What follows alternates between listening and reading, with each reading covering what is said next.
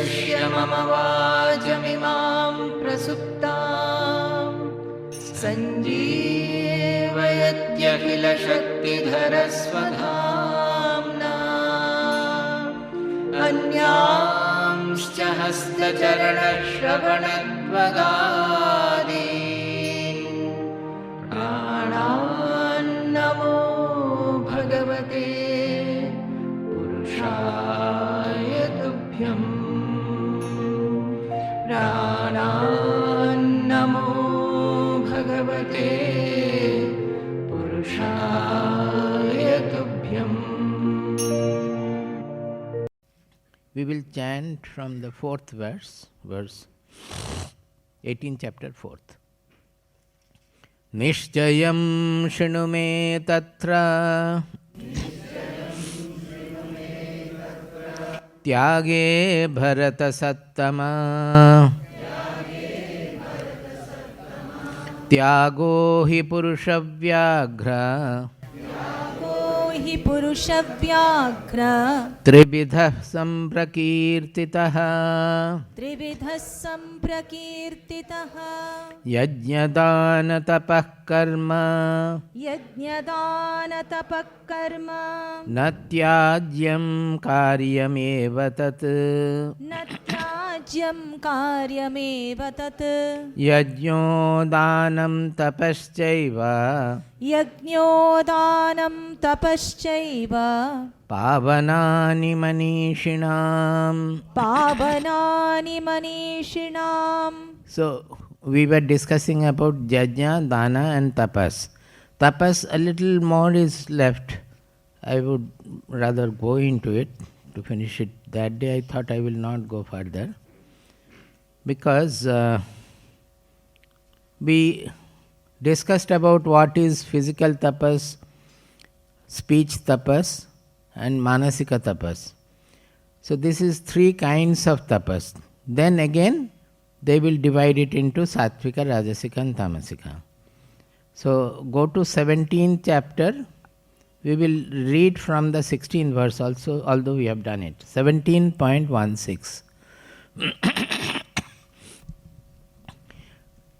Manah prasada saumyatvam मनः प्रसादः सौम्यत्वं मौनमात्म विनिग्रहः मौनमात्मविनिग्रहः भावसंशुद्धिरित्येतत् भावसंशुद्धिरित्येतत् तपोमानसमुच्यते. तपोमानसमुच्यते. So that day we had explained that this bhava samshuddhi, this is the highest tapas. Maunam is not so much of a good tapas.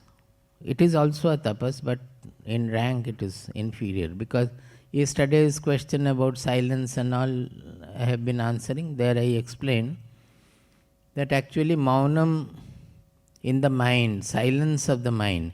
Here when it is maunam as a tapas, it means reducing the unnecessary agitating thoughts and all. That way it is fine.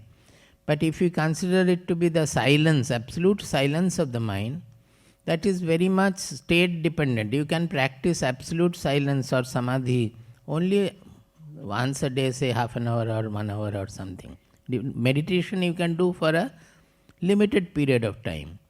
But throughout the day, say of 24 hours of the day, if you do sadhana for 1 hour and say another 15-16 hours of wakeful life, you go on doing asadhana. Asadhana means reverse of the sadhana. That means constantly thinking of having the selfish thoughts, blaming thoughts, worrying thoughts, etc. Then the effect of the silence in 1 hour will not be there. So the basic sadhana which people miss is the sadhana in the meditation and sadhana during the interactive life is the same. It should be absolutely clear, otherwise we will not progress. In the meditation, what are you going to do? You are trying to get in touch with or get fused into the reality, the real identity of you, which is universal, which does not have any divided anything, which is all pervading. That is infinitude, you can say. It is not infinitude, it is transcendental, but let us say that. Now, throughout the interactions, if you go on reinforcing your smallness through the thoughts of selfishness, preference and prejudice, blameful mind, etc., then even if in the meditation you are attaining that absolute pure infinitude, in the wakeful state you are consolidating your smallness. So in the wakeful interactions also the goal will be the same, whatever we are trying to do in the meditation. That means what? In all our behavior we will try to institute an universal viewpoint, an all-pervading love, all-pervading sympathy, a very comprehensive outlook about everything, not holding on to our opinion only, not holding on to any egoistic position. So that we can do not only in our actions, even when we are sitting alone thinking something, you will look into your mind, you will find you are constantly dwelling on constricting thoughts, constricting emotions, selfish things, or at least constricting, stressful things. So this sadhana will be for every moment, as much as you can do. It will never end. This is the bhava samshuddhi sadhana. That means the mind will get completely purified from within. See, there is a way of purifying the mind that you look for the defects in your mind and catch hold of them and remove. As I was saying the other day, that as you do the experiment in the biological lab, you cut the frog, slit it, and then open it and see this is it, this is it. Like that you can open your mind also to yourself, sitting somewhere, and look into your inside and find out what are the things. You will find that we are trying to defend, that no, because he said like that, I behave like that, I am not envious, I am not jealous. That defense will come up from the mind. We have to catch hold of it. No, this is this. Usko pakad ke phek do. You can do it, but that is not a very efficient and a good method, because what will happen, your focus will be always on the bad things in you. The more you get associated with the bad things will get reinforced also. So it is easier than to, suppose there is some dirty water in a vessel. Rather than trying to clean the water by removing every speck of dirt, you add pure water there. The whole water as a mass will be purified. You increase the capacity and go on purifying, adding by just adding pure water. So bhava samshuddhi is a sadhana. You can go on incorporating the good thoughts, universal emotions, etc. So automatically the small things, constricting things, selfish things will go away. It will get diluted initially and then slowly it will go away. Do you get it? It is very easy that way than to find out the defect and treat them. We don't have to find out. So in any sadhana, throughout our life or throughout the day, what we have to do is to incorporate the opposite elements, that whatever negative things we have, you look out for the corresponding positive element and incorporate that. That is much easier, and there is lot of joy in doing it also. Suppose you are suffering from not loving anybody, a very constricted self-centeredness. You start simply helping others, loving others, embracing others. You will find so much of joy in it, and automatically the constriction will go, because when you get the joy, you will understand that this is much more welcome than the other emotions. So automatically you will improve. So this bhava samshuddhi as a tapas, it is a tapas because you are not letting yourself to behave as the lower tendencies are behaving. You are holding on and trying to correct and restraining yourself, not so much of a restraint, but purifying yourself. Now he is saying, Shraddhaya paraya taptam. Shraddhaya paraya taptam. This is the next verse, that is 17th chapter, 17th verse. श्रद्धया परया तप्तं श्रद्धया परया तप्तं तपस्तत्त्रिविधं नरैः तपस्तत्त्रिविधं नरैः अफलाकाङ्क्षिभिर्युक्तैः अफलाकाङ्क्षिभिर्युक्तैः सात्विकं परिचक्षते. सात्विकं परिचक्षते. He says that by practicing these trividham tapaha, that is threefold tapas. What is that? They are not separate tapas actually. Physical, vachik and manasika all go together. The effect will be always. So they are saying these are the threefold tapas of our being, of our personality, the physical part, the mental part and the speech. All these threefold tapas. Shraddhaya paraya taptam. This chapter itself is called Shraddhatraya Vibhaga Yoga. That this gives the importance of Shraddha. I have explained earlier also. Shraddha means what is your evaluation of anything, how much you value. It all depends on what you value most. If you value money most, your mind will be full of money, you will always look for money. If you value fame, then you will look for how to become famous. If you value, say, appreciation from people, your mind will always think about it. If you value service, the mind will always look for servicing. So, in the third verse of this chapter, it is said, Shraddha mayoyam purushaha yo yat shraddhaha saeva saha. That means a person is actually an embodiment of his Shraddha. We are an embodiment of our Shraddha. We may outside look different, but what is the internal being made of? It is whatever we value most according to that. We call God supreme, but we never give him supreme value. Only when this adhyatmic knowledge also, this knowledge about ourselves also, we may call it supreme, but we are not giving it the supreme position. That is why after all the work is done, we may listen to the lecture. Otherwise we won't. If there is a marriage, there is an upanayana, there is going to the market and all. Everything is over. If you have free time, then only you will come. So we are giving this knowledge also the last position. When will it become easy? When you give it the supreme position in life. That is, you value it so much that this is the most valuable for me. Then nobody has to tell you. Then throughout the day, your mind will always be looking for the purity, for the knowledge. It's like everything you are doing, but like a headlight on behind your mind, cynosure, like a star behind your mind. It will always remain wakeful. That is, it will always illumine your intelligence that this is my goal and this is the last thing I want, the ultimate thing I want. So, when we give it the supreme value, then your being will be made of that supreme. Automatically you will get transformed into that. It is very simple that way. So, Shraddha is given the highest importance in spirituality.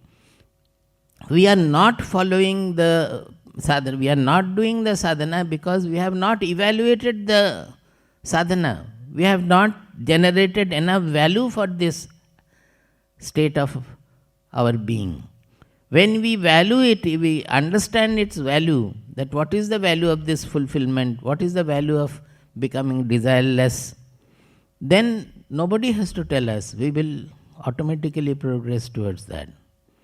So he says that Shraddhaya Paraya Taptam.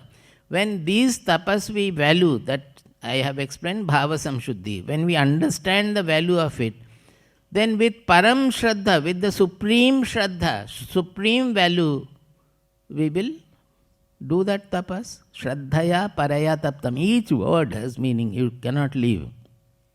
Paraya Taptam. That means it has to be given the supreme importance. What? Shraddha. That Shraddha, which Shraddha should be given? Shraddha towards these three tapas.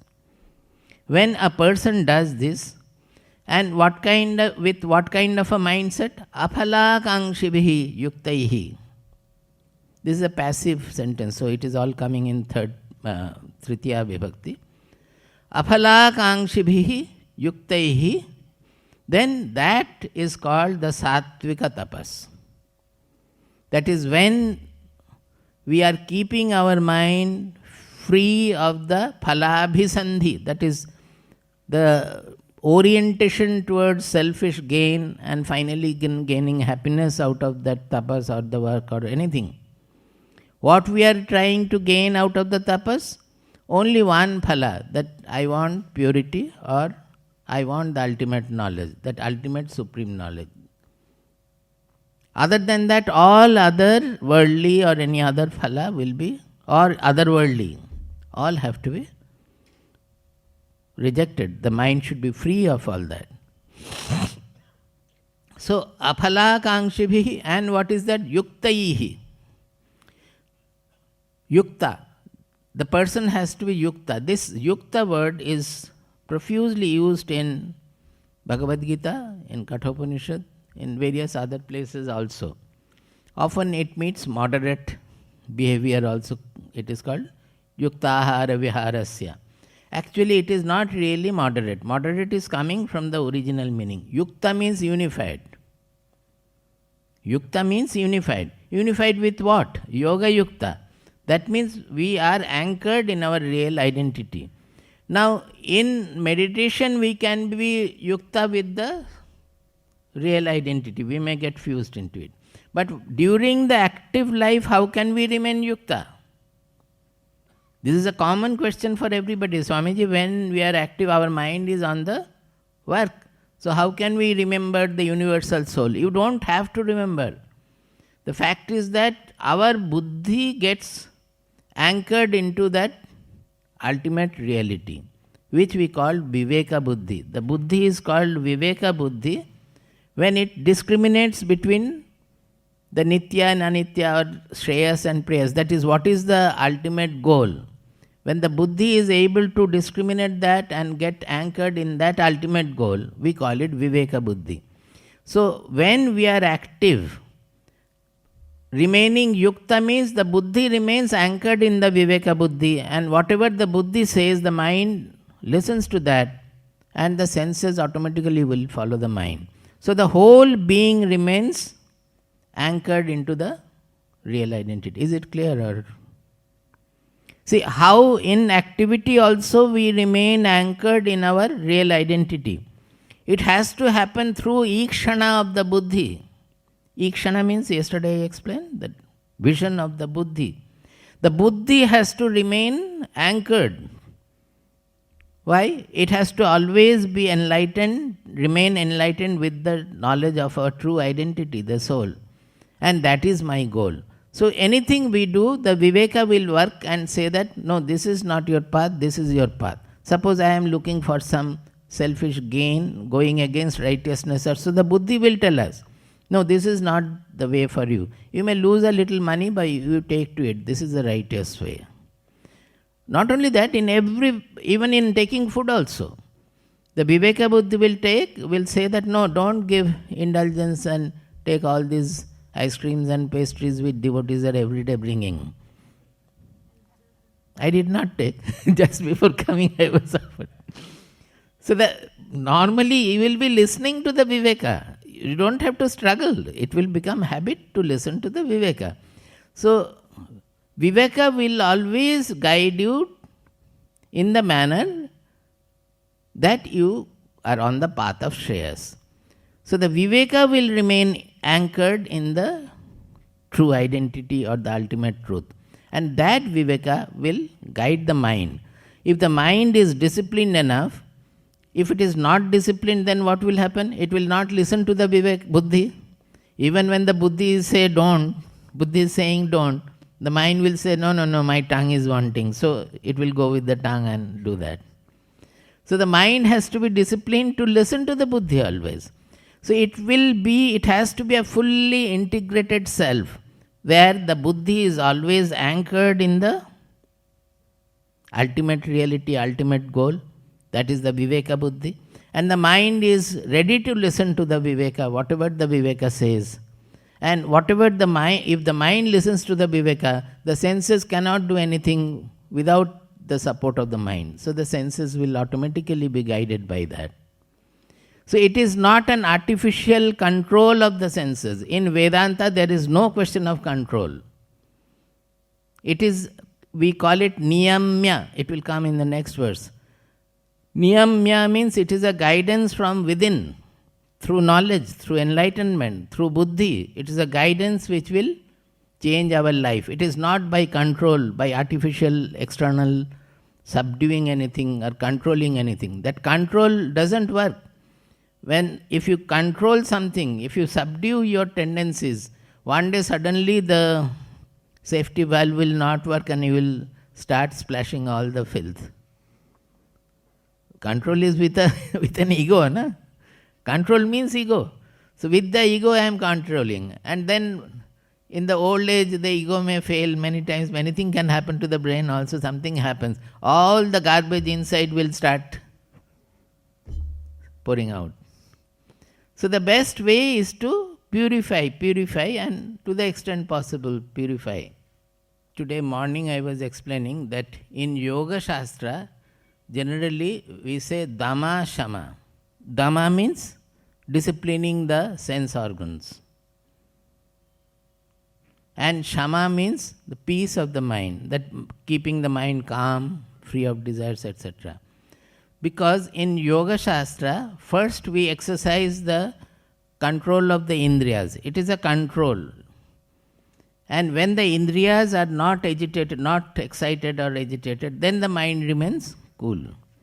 But in Vedanta, in the Sadhana Chatushtaya, Shama comes first. It is Shama Dhamadi Shatka Sampatti. It's not Dhamma Shamadhi Shatka Sampatti. And each follows a sequence. Why Shama first? Because Viveka and Vairagya, when the Sadhana Chatushtaya is Viveka, Vairagya, Shama Dhamadi Shatka Sampatti, Mumuksha. One is following the other, and it is regenerative also. Viveka will give rise to Vairagya, but as Vairagya increases, Viveka also will become sharper. As Viveka becomes more sharp, the Vairagya also increases. Now Viveka and Vairagya together will give rise to the sixfold internal treasure. In spirituality, the treasure is always internal, not external. Sixfold internal treasure. What are they? Shama Dhamadi Shatka Sampatti. Shama, Dhamma, Titiksha, Uparati, Shraddha, Samadhana. See that Shraddha is coming towards the end, before Samadhana. Then all these three, that is Viveka, Vairagya and the sixfold treasure, all together will give rise to the genuine mumuksha, that eagerness, the yearning for liberation. Before that it is only lip liberation, lip mumuksha. The real mumuksha will be generated only when these things are present in ample measure. Now here Shama Dhamma is coming. Why? Because by Viveka and Vairagya, the action of these two, already the mind will become peaceful. It will become reasonably free of desires. So when the mind becomes calm and desire free, automatically the indriyas will be, the sense organs will be disciplined. You don't have to control them. They will be washed off by the knowledge, by the enlightenment given by the Viveka and Vairagya. So, Yukta is one who is always guided by the Viveka Buddhi. In simple terms, you can say one who is always guided by the Viveka Buddhi. In a deeper term, Yukta means an integrated personality, complete integrated personality, where the Buddhi is anchored in the truth, the mind is following the Buddhi, Viveka Buddhi, and the senses are following the mind. There is no internal clash anywhere. The whole thing is a harmonized, integrated personality. Such a personality is called Yukta. In Kathopanishad I have taught here also that Yukta is used for an integrated personality like that. That means he is unified with the truth. Yukta means unified with the truth in that sense. So when a person of this integrated personality does these three tapas with supreme Shraddha, valuing it, giving it the supreme value in life. These tapas, 3 tapas. Then it is called Sattvika tapas. See, even now it is within the fold of the 3 gunas. At that state also, this tapas will be called Sattvikam Parichakshate. It is called Sattvika tapas. Now there is something beyond, it is not discussed here, but there is something beyond. What is the tapas for a person who has overcome the bondage created by Sattva guna also? For a Trigunatita person, for a knower, what is the tapas? In Mundakopanishad it says, Tapasa chiyate brahma, tato annam abhijayate. In the next verse it says, Yas sarvajnaha sarvavit yasya jnanamayam tapaha.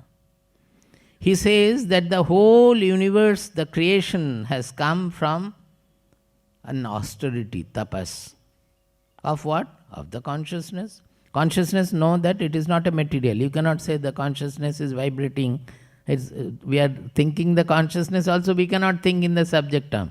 So we will think that the consciousness is vibrating and doing some tapasya. It is not like that. It is a willpower created in the consciousness itself by which the whole creation is coming to be.